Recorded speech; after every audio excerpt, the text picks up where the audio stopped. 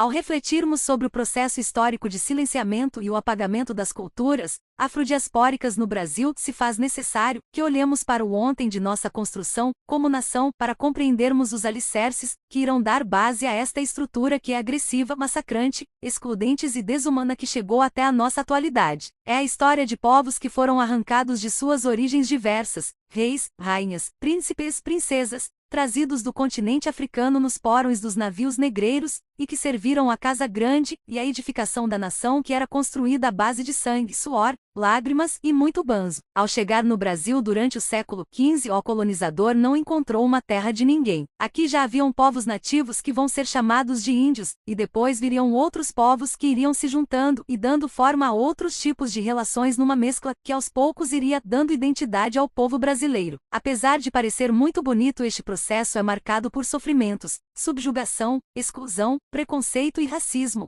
É algo doloroso e pouco pensado, pois olhar para o retrovisor da história implica em se ter novas condutas que possibilitem novas construções no presente, capazes de superar antigos estereótipos que claramente ainda estão presentes em nosso meio. Foram muitos os povos africanos que vieram ao Brasil e deixaram grandes contribuições no campo da cultura. E apesar de não terem chegado aqui por escolha própria, se adaptaram às diversas situações desfavoráveis. Foram milhares de milhões que em terras brasileiras se estabeleceram a partir do mecanismo da escravidão, que foi encerrada no ano 1888 pela Lei Áurea assinada pela Princesa Isabel, mas continua a existir até a pós-modernidade. Não é possível que seja esquecido a vida daqueles que de forma brutal foram não somente arrancados de sua terra, mas forçados também a absorverem outras culturas de forma brutal e desumana. Perder a condição de homem e mulher livre e passar a condição de escravo para ser submetido a uma cultura supostamente superior, não era algo somente humilhante, mas degradante, pois tocava a vida daqueles homens e mulheres que foram marginalizados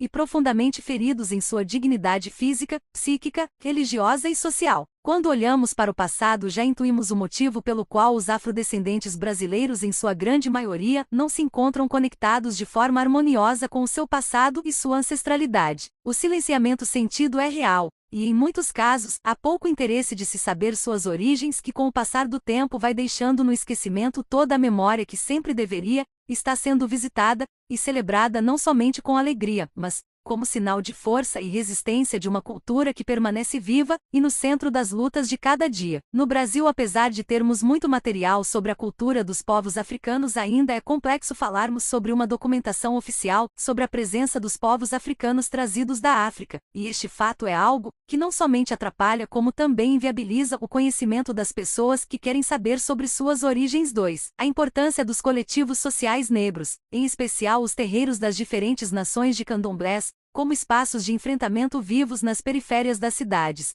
Ao nos defrontarmos com a história da escravidão em nosso país em toda a sua estrutura, é possível vermos os traços do passado ainda em nosso presente, apesar de em muitos aspectos estarem velados, ou por outros motivos, serem silenciados de forma agressiva. Os povos da África que aqui chegaram e se estabeleceram a partir da imposição, foram se tornando presença marcante no espaço das cidades por meio do trabalho e de sua cultura. Na sociedade brasileira escravocrata, a presença dos africanos vão sugar espaços sociais que são verdadeiros espaços de resistência na realidade urbana para aqueles que tinham sido retirados de suas origens, como é possível vermos no programa Mojubá, onde a partir de testemunhos e de uma cultura que perpassou o tempo e se mantém viva até os dias atuais, nas várias regiões do Brasil, e de maneira particular nas cidades, é muito forte a presença da população afrodescendente no século XIX, e de maneira particular em Salvador, Recife, São Luís, e até mesmo Porto Alegre. No tocante às religiões afro-brasileiras, podemos dizer que elas tiveram, e têm um papel preponderante neste processo de constituição das cidades, com forte presença negra, no período da colônia, do Império e da República. Neste período o catolicismo era predominante, e a religião trazida pelos escravos era reprovada, e até mesmo considerada crime.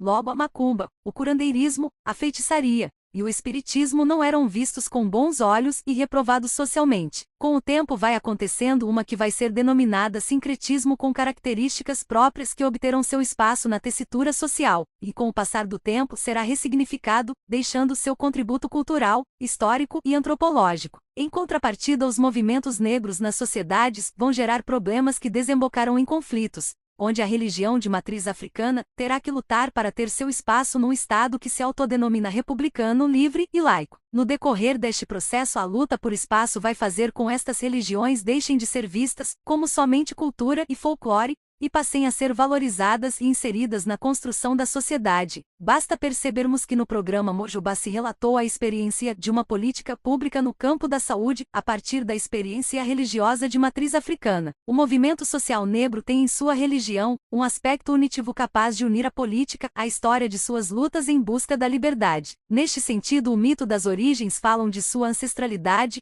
e fortalece a sua identidade, que fala de sua cor e raça. Logo, fala de religião afro-brasileira, é ter a consciência de que ela faz parte de nosso patrimônio histórico e cultural regional, nacional e internacional, diaspórico, e que a mesma deve promover a igualdade racial e combater qual tipo de preconceito, discriminação e intolerância étnica e racial. 3. O papel do movimento negro no combate aos negacionismos e à demonização das práticas culturais negras no Brasil, e a importância da implementação da Lei 10.639/03. O movimento negro é um movimento de resistência, que não é uma teoria, mas encontra sua base nas lutas e questões cotidianas e de forma particular os negacionismos que geram desigualdade e problemas seríssimos como o preconceito e o racismo. Neste sentido, é fundamental não somente refletir sobre estas questões, mas encontrar meios que favoreçam a solução destas questões de forma a proporcionar a boa conviveria no campo das relações sociais. Este movimento, além de reivindicar uma nova consciência no tocante à questão racial, propõe a construção de uma identidade negra com suas peculiaridades e valores. Neste sentido, a Lei 10.639/03, Diretrizes e Bases para a Educação das Relações Étnico-Raciais, e para o ensino de história e cultura afro-brasileira e africana, nos apresenta a possibilidade e a obrigatoriedade do ensino da história da África e dos africanos na currículo educação básica, bem como o ensino de história e cultura afro-brasileira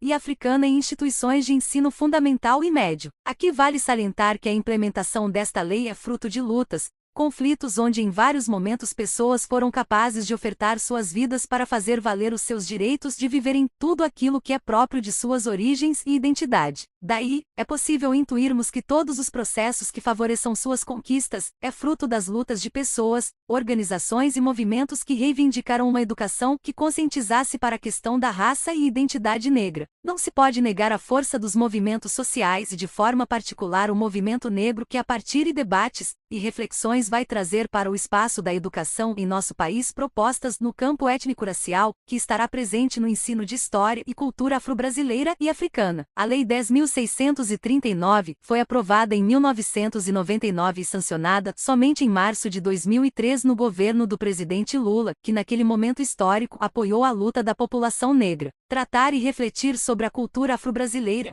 e o conceito de cultura negra deve nos levar a práticas cotidianas que sejam realmente libertadoras no campo das convivências dentro e fora do ambiente escolar. É preciso verdadeiras atitudes que nos abram novos horizontes de forma a proporcionar um tempo novo. Olhar para o nosso passado e toda a nossa história, que está totalmente ligada à dos povos africanos, faz-nos querer não somente compreender, mas também assumir as suas lutas no hoje da nossa história. É preciso criar uma nova consciência que supere o racismo e o preconceito, e a educação certamente é um caminho seguro para alcançarmos este objetivo.